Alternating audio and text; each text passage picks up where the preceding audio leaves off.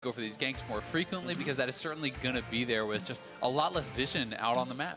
Absolutely the case here. Cassiopeia banned away on the blue side. I expected that Rise would be 100% banned first round red side every single game. So far, I'm 1-for-0. This is a good start for me. Premier analyst, knowing that Rise got buffed in the patch. But of course, everyone kind of saw that coming. Yes, Archangels. Users got a lot better in this patch, so not surprised to see those champions go down. No Sejuani for Meteos or Xmithie either, I do suppose. A couple more bans through. And Skarner has actually been getting a lot of bans in the patch. Is actually the most banned on 8.4 so far. There only has been the one major region that has played just yet, but it's the highest ban percentage by quite a bit. And Skarner is going to get taken off the table. Camille is another one that is very high priority. We have seen a lot of other tier users kind of go up in priority here too, but not sure if it's enough to get them on the pick and ban list. Things like Anivia I think are much stronger. We saw that come out in the LCS and win. Even Zilean, which has come out here and there in the NLCS, I think is quite a bit better now with those changes to that immunization. So we're going to have to see where these guys really want to go, but Galio getting taken off the table makes quite some sense too, as not only a very strong mid laner, but one who can theoretically build banner if you're looking for that sort of strategy. Of course, we've seen some tank mids come through. Golden Glue, Cloud9 Academy played that, for example. Got to win off that. Kha'Zix, the first pick through, so Team Liquid going to play an assassin jungle for themselves. To the point you made earlier, you talked about what kind of style teams are going for. I think it's very interesting. We heard Prolly talk about it before the show. Saying, I'm not sure exactly what the best style is going to be. We're going to try to figure it out as quickly as we can. And I'm just sort of very curious what game plan these teams think is the best coming into this game, because there's not that much of footage to look through and prepare against. Yeah, there definitely isn't. There's a lot of, you have to kind of trust your analysts for preparation. You have to trust what the players are telling you from their games in solo queue and what you figured out from your limited time in scrims. At the beginning of the LCS games, we were seeing a lot of these teams did not really know about the interaction with a minion dematerializer, working with that to kill off the banner minion that is buffed up by Baron. That is obviously a pretty nice adaptation that some teams have been doing more and more, and you saw towards the end of the week, teams were doing that almost every single game, saving dematerializer charges, waiting for that, and it becomes this kind of back and forth around how you shut down the banner plus Baron combo versus how you enable that and defend it, and it's kind of this little mini game that has come in the later stages. Absolutely. So you're going to see Liquid going for a lot of early pressure. Xayah Rakan, one of the very best dual lanes you can lock in the bot lane. That's going to be really strong, especially against a slightly weaker earlier laner like Tristana. The Kha'Zix also, of course, a highly aggressive jungler as well, as long as the lanes have gank assist. So Liquid looking like some pretty early power. The rest of their team fight will come through their solo lanes a bit later on in the draft. 100 Thieves looking like, honestly, completely standard picks. Jax is a very common jungler here as well, likely to be full tank. Alistar, super frequent as well. So not a new look yet, really on both sides, but we'll see what comes through as the draft moves on. You do have to say, though, if there is more of a focus on how important the early game is, if the game does kind of turn into who gets more of an advantage so that they can take Baron, so that they can do this banner buff and do these sorts of things, you're really liking the TL draft, and especially with how good Doublelift and Olay have been when they are at their best, that is a very dominant bottom lane. They have, in my opinion, the 2v2 matchup as well as jungle priority in the early stages. What could be interesting is if we see Meteos changing up the Jax build at all, now that it is not a Tracker's Knife world, if he is willing to go more quickly towards a Triforce, or if he's willing to do any more sort of kind of aggressive dueling style of build, that can change the dynamics of the game quite a bit. Absolutely the case right here. Other thing that I wanted to point out is I've seen a couple of teams place high priority on Nunu jungle because, again, the theory is what if 20-minute wins are really important because of how much better a Baroned up cannon minion with Banner of Command can be, and that doesn't seem to be actually that prevalent, but it was a read that some teams had. Of course, both junglers grabbed already are Kha'Zix and Jax, but I wanted to bring that up as an option. Talia off the table. Both are going to be knocked one more mid laner down. Still curious to see exactly what these teams want to run. One final ban for Liquid in the second phase, then it'll be 100 Thieves pick for one of their two solo lanes. They'll kind of pick on one, they'll have to blind pick the other. I do actually really like the Trundle ban if you're going to be trying to go for a tank top here for impact, which is most likely the case. I think that Trundle is kind of being under-prioritized in this patch with so many people just blind picking tank tops and tank mid laners and these sorts of things. There's tanks in the jungle, trying to get people who can build banner. Trundle has a very good matchup in the 1v1 against almost all tanks in the top lane. He deals physical damage to deal with that Baron banner, or just even like a banner just being dropped in your lane. And I think is pretty effective if you're actually forced into a grouping situation against these tanks. So I think it's something that we'll see a lot more of on this patch. But for now, it's looking like Shen top here. And if Orianna gets locked in, this is just a pretty well-rounded teamfight composition. Yeah, it is only one tank. Rakan is honestly never that durable as a champion, but still, Impact should be pretty good being his frontliner. It's one of the champions he had won a World Championship on, that Shen top lane back in 2013, and that's going to be the Orianna locked in here for Balter, so Team Liquid have their lineup locked in.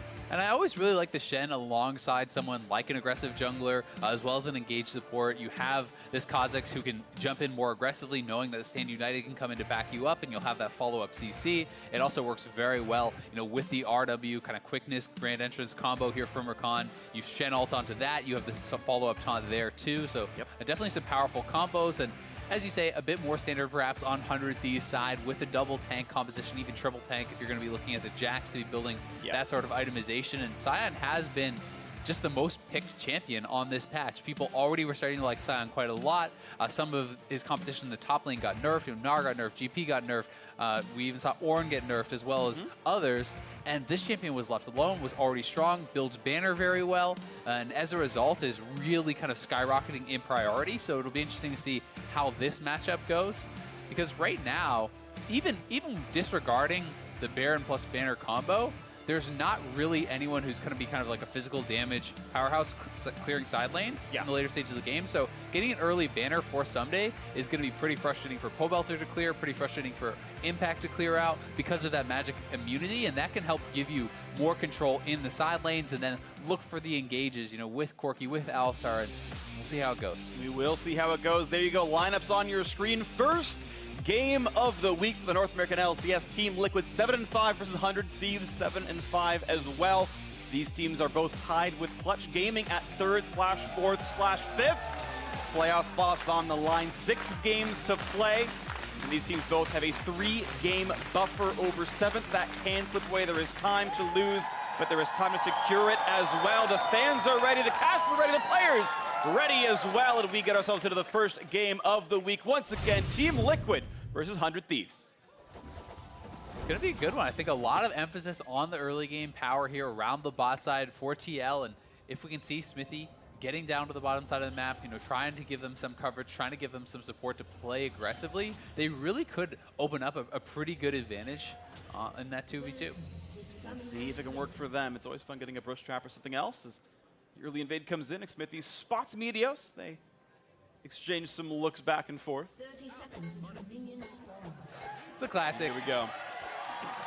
What is Rakan throwing? Is that like a peach it's a heart. or apple? Looks like a heart. Oh, I guess, yeah. Probably. Yeah, it's a heart. Yeah, it's a heart. Okay. There you go. I thought it was like a heart-shaped apple or something.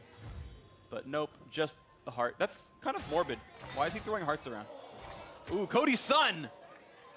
Cody, run! Okay, he did. Good. I wasn't clever. I didn't deserve that laughter, but thank you all the same. Oh. Afro Moon knocked into the air. Bone plating survives. He's fine. They're actually delaying Cody-Sun's base a lot. And when he lets rocket jump level 1. Yeah, that's actually pretty annoying for Cody-Sun here. They're going to stop it anyway. Yep. Oh my god. He's late to lane. Yeah, he's actually late to lane now, and he's going to have to start W. So as much of a nothing as that looks like, as you're not really assuming that's going to go on so long, but it actually does, and it's going to establish a little bit of a lane advantage. I'm interested to see if they're going to group the minions and try to kind of hold it against their opponents. If you actually stand and clump up the melee minions, you can deny more, but they are just going to let them kind of evenly bounce here in the middle, and should just be last hitting. But either way, Cody-Sun should probably lose experience on maybe one or two. He's almost after losing gold on at least one. XP, it's going to be hard to see. He's going to lose XP, I think, here on at least that front. And yeah, two melee minions, I believe. And Africa's running right up because he wants to make sure he can get some of that for himself. Got XP for a couple. And yeah, that's a setback for Cody-Sun. So an early dual lane lead for Doublelift and Ole. Feels pretty good for them as the trade happens at the top side. Especially when you already have an advantageous lane there. So you're already feeling pretty good about the 2v2. This now means they're going to get a much earlier level 2. It's going to be delayed quite a bit here for their opponents, and we're going to see if they can actually get more of an advantage because of that. And bam. Grasp trigger number 2. Impact playing lane pretty well. He's also dodged all the E-smacks as well. Gets the taunt as well. This is actually really big damage. Q should be up in a couple more seconds. A couple more hits would kill him. And yeah, able to walk away. The regen good enough, but Impact doing really nicely in the early laning phase here. And when you're this low, there's actually the chance of just getting taunt flashed on and dying. I mean, if he gets hit by another taunt here and it's up in 1 second, that should be a kill. Okay, there's the taunt. Going to pull the dagger through as well. 2 more hits will do it. Puts the shield back on. Someday it would take 2 autos. Not worth tower diving, but Impact gets the flash down. Impact actually might have been able to get the kill, but he was very slow on pulling his sword through. You can actually start pulling it as you taunt forward, and you'll have the empowered auto for your first hit. His first attack there was actually without the Q buff. Yep. And if you get that, you very easily flash follow for a first blood. Either way, I mean, it's still a good job by Impact, but I think that one should have been a kill. It seemed like his plan was to layer CC better and that like keep the taunt then slow when the taunt is over. I'm not saying you're wrong in terms of maybe he should have gone for more damage, but he chose the CC over the damage, and he still gets a flash in TP, not the end of the world, but you're right, maybe could have gotten more. It definitely is a nice advantage, but at the end of the day, if you cannot then convert on a kill, you're up a couple CS, and that is why I oftentimes think going aggressive for those kills can be pretty good to try to guarantee more of an advantage, because there's so many times where in these tank versus tank matchups, even if you force a summoner, how do you convert on that without a jungler being there, without mistakes from Someday? Because really the reason that Impact was able to go so aggressive for that is because Someday, whether it was dodged or missed or whatever you want to say, did not hit his E multiple times in a row. And look at that, Impact taking a bit of a rough recall himself as Meteos came by. They knew the threat of a tower dive was simply too great, and it's actually going to be Impact missing several minions here, down 3 CS himself. Here's his match TP, and basically buys Ruby Crystal refillable versus the Dark. Nice damage. Yeah, the Dark Shield, thank you. That was picked up there by Someday. Very interesting stuff here. And so far on the bot lane, you'll look and you see, oh, well, Cody sends up farm. But yes, there's a massive wave pushing towards double lift, which is going to put the 100 Thieves bot lane in a position where they could be engaged on. It's also a lot more farm that can be picked up here for double lift still. And theoretically, they could hold a freeze and maybe deny some minions if they could get that into position. But either way, things looking pretty even across the map. Both junglers have gone back and actually got challenging smite. No chilling smite on either side. Smithy bypassed all the words coming into here. He actually went around the one trinket by his ground breaker. He's not seen coming in. This is a flashless Someday. He's got no easy way out for this one. And there we go, Smithy in the range. Red smite on for damage. The flash to follow. Easy first blood picked up. Kill goes over to Impact. Takes Smithy expertly pathing around the trinket ward that he saw Meteos put down.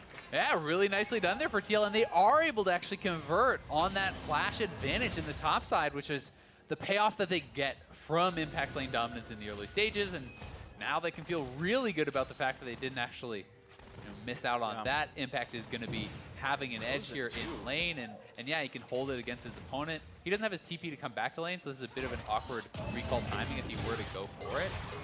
But either way, we'll see how he decides to play this. Big root damage on Afro. Of course, he had Aftershock burning, so it was less damage than it could have been. He walks away from the combo, and either way, health bars look higher on the Liquid side. Watch that fight again.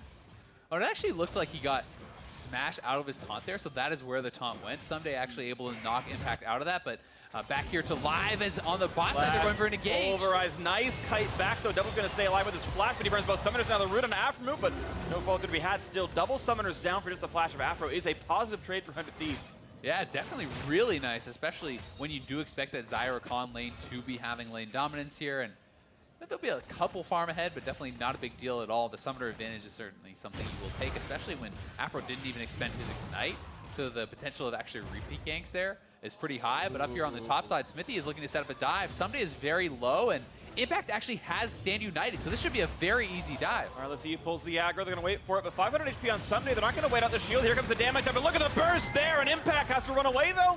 It's actually not going to be a problem. Someday goes back for the minions to last it a few more. Nicely done. 2 kills in the top lane for Liquid. Yeah, really well done there. Snowballing that top side pretty heavily, despite the fact that Someday both times has been able to knock Impact out of his taunt. They get the kill, and Meteos has not been there to answer those ganks just yet. Now, Meteos, only been able to keep up in farm, and even then by exactly 1 CS, he's going to look for some Raptors, and that's it. And I mean, we talked about the impact Tracker's Knife can have. This is actually, you're seeing that, right? Yeah. This is an exact case where Smithy very likely would have been warded out on some of these attempts by the Tracker's Knife. Instead, because that is not there, he's able to get in and be more aggressive. Big 9 on the bot lane. Speaking of aggressive, though, this 2-on-2 is going pretty nicely, but the health burst is not getting low as Shen shows up, and they engage in a Stand United. Impact shows, and another kill for Team Liquid. Yeah, that's pretty careless there from the 100 Thieves bot lane, not respecting the level 6 there from Shen. He was not pushed in. He is not being bullied out. Someday was not in a position to actually interrupt that, so you can't go for the engage. Yes, you had the summoner advantage on double lift, and you want to try to capitalize, but Shen means you do not get to go for that play. And that's It's going to be 3 kills now, almost 2,000 gold. Puts Liquid ahead on this one. Yeah, some farm will be denied as Someday finally shoves in as he builds towards the Catalyst, it looks like. But yeah, a rough start for Under Thieves. Yeah, especially when you consider the fact that the kill went to double lift, and here it is again. They're stepping forward. Aphromoo decides to go in for the combo, and great, you hit the combo. They're going for an all-in, but Stand United immediately reacted to their impact comes straight through, and with Stand United, there's no chance of you getting that kill. So not only will they get the CS advantage on the bot side, they get such a strong buy here, and they get that kill. Yeah, it was such a late recall, too, because they never had BF Sword going for that fight. It was just Doran's Blade. You're not going to burst through a Shen Shield when you haven't recalled on your AD carry just yet. So now you've got Ninja Tabby on double if he's really not going to be easy to kill at all. I mean, even if you have the BF Sword, I still don't think you can pull that off in a 2v3.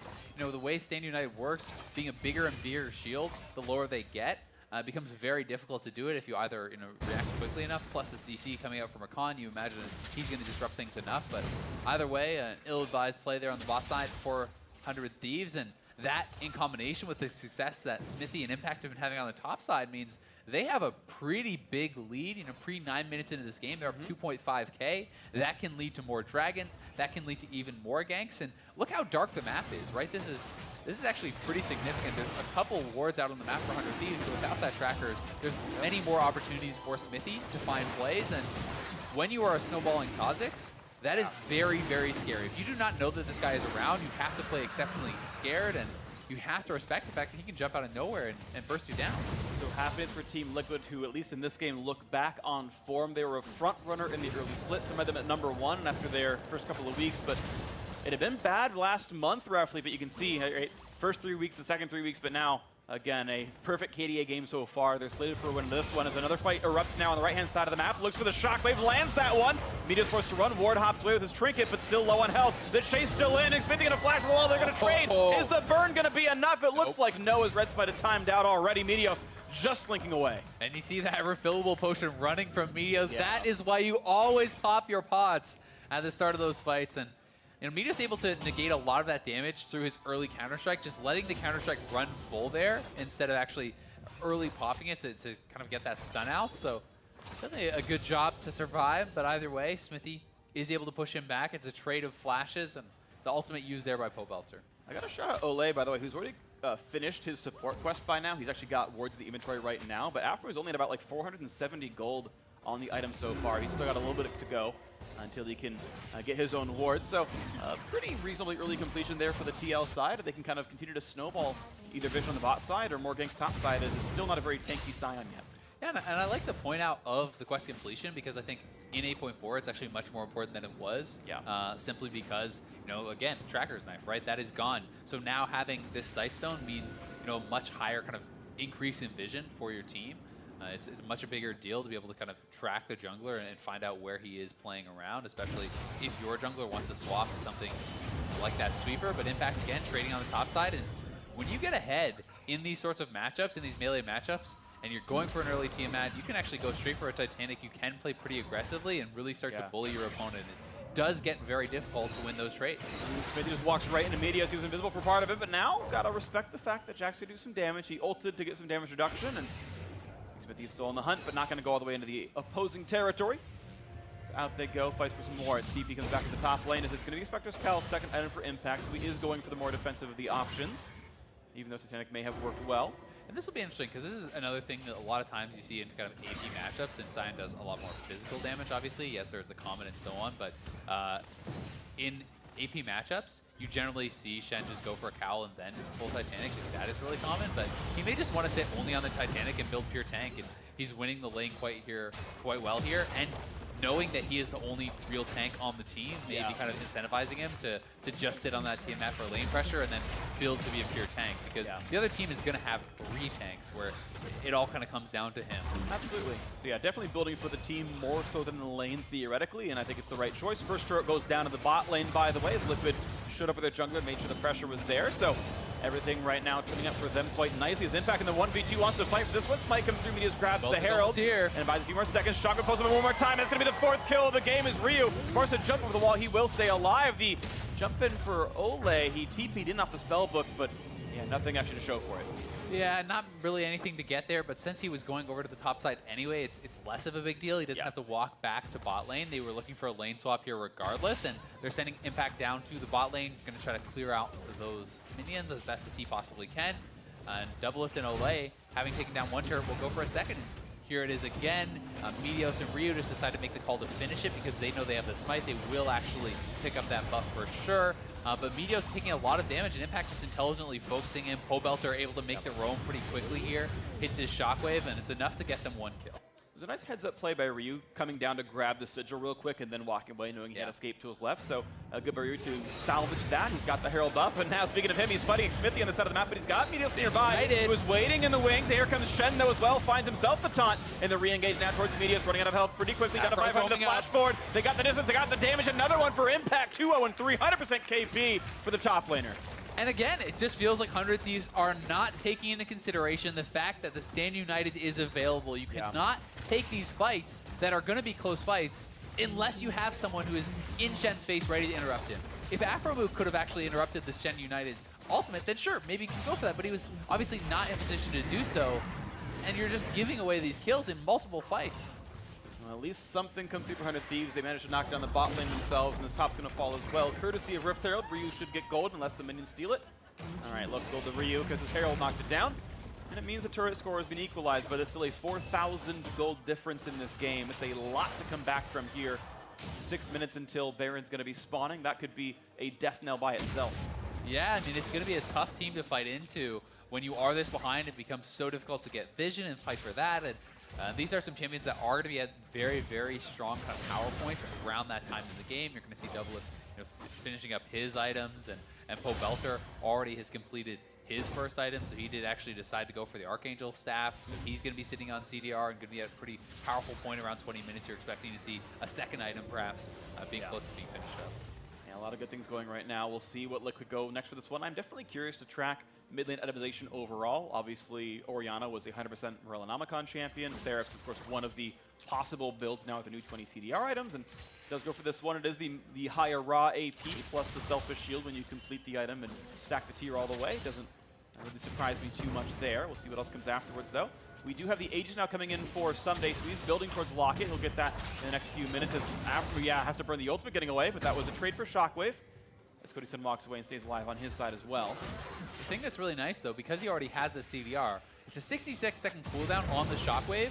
It is a 114-second cooldown on Afromu's ultimate. So Pobelter is willing to trade that because he knows he has it up basically twice as often, and without that, Afromu at this point in the game is essentially paper, just sitting on Mobies and his Sightstone. So I really do like the aggressive trade of those cooldowns and knowing how much less Afromu is worth without it. So pretty intelligent stuff. It allows him to get another dragon, and sitting on double Ocean, Essence Reaver, the tier build. Like, these guys are not going to have any sort of mana problems probably at all this game.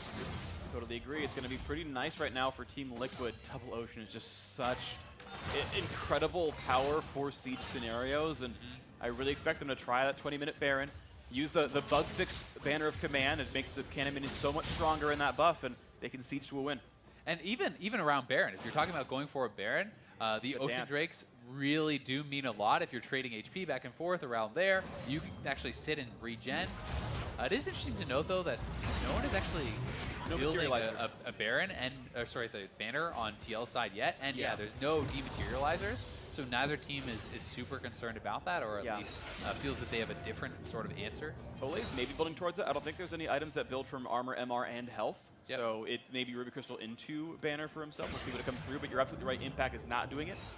Sorry to catch up about the dematerialize before, but 0 players had run that rune in this game. So no easy ways to get rid of that one, and considering Liquid's 5,000 gold lead, a Baron could just actually win the game by itself. Exactly. That comes through. I mean, 100 Thieves may have said, hey, we don't actually need that because we have hard engage on our team, and that's how we'll actually answer it. But you don't really get to hard engage into a team when you're this far behind. It becomes very, very difficult to win that fight unless you really pull off an amazing engage, which certainly is possible. I mean, when you look at last week for Afromu, he had 2 incredible games on Playmakers, on the Blitz, and that Thresh, and now he's here on the Alistar. And a lot of the game is likely going to come down to, can he actually find the carries with his engages, and is the team going to have the follow-up to actually burst them down?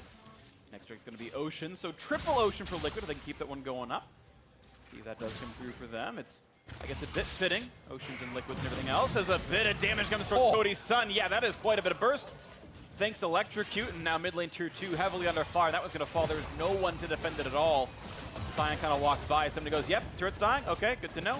I'll walk by a little bit, and look at this Impact finding his duel over Ryu. Finds the slow. Grass Pickers flash auto, and the solo kill for Shen.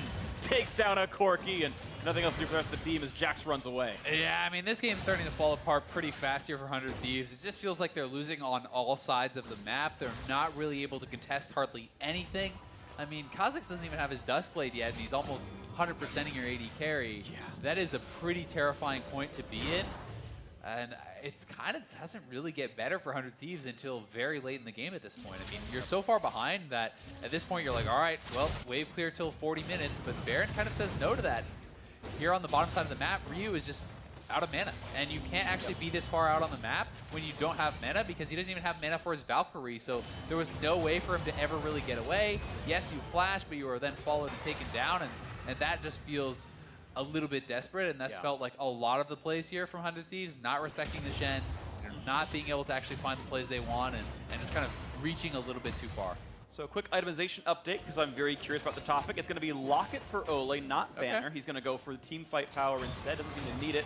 Also, Though, they're going for a heavy flat pen build. He's doing Oblivion Orb, which is kind of the new Haunting guys, the flat pen magic damage item, so he'll be building the new Morellonomicon as a result, which is a flat pen item in itself. And it is really nice to actually have the Grievous Wounds from that. So with the new Morellonomicon, it actually applies Grievous Wounds at 100% HP as opposed to being below that certain threshold on the old patch. And it's very nice against double AD carry, who is going to have 2 fleet footworks, even just reducing that. You know they're going to be building into lifesteal later, so I think it's a pretty wise choice. And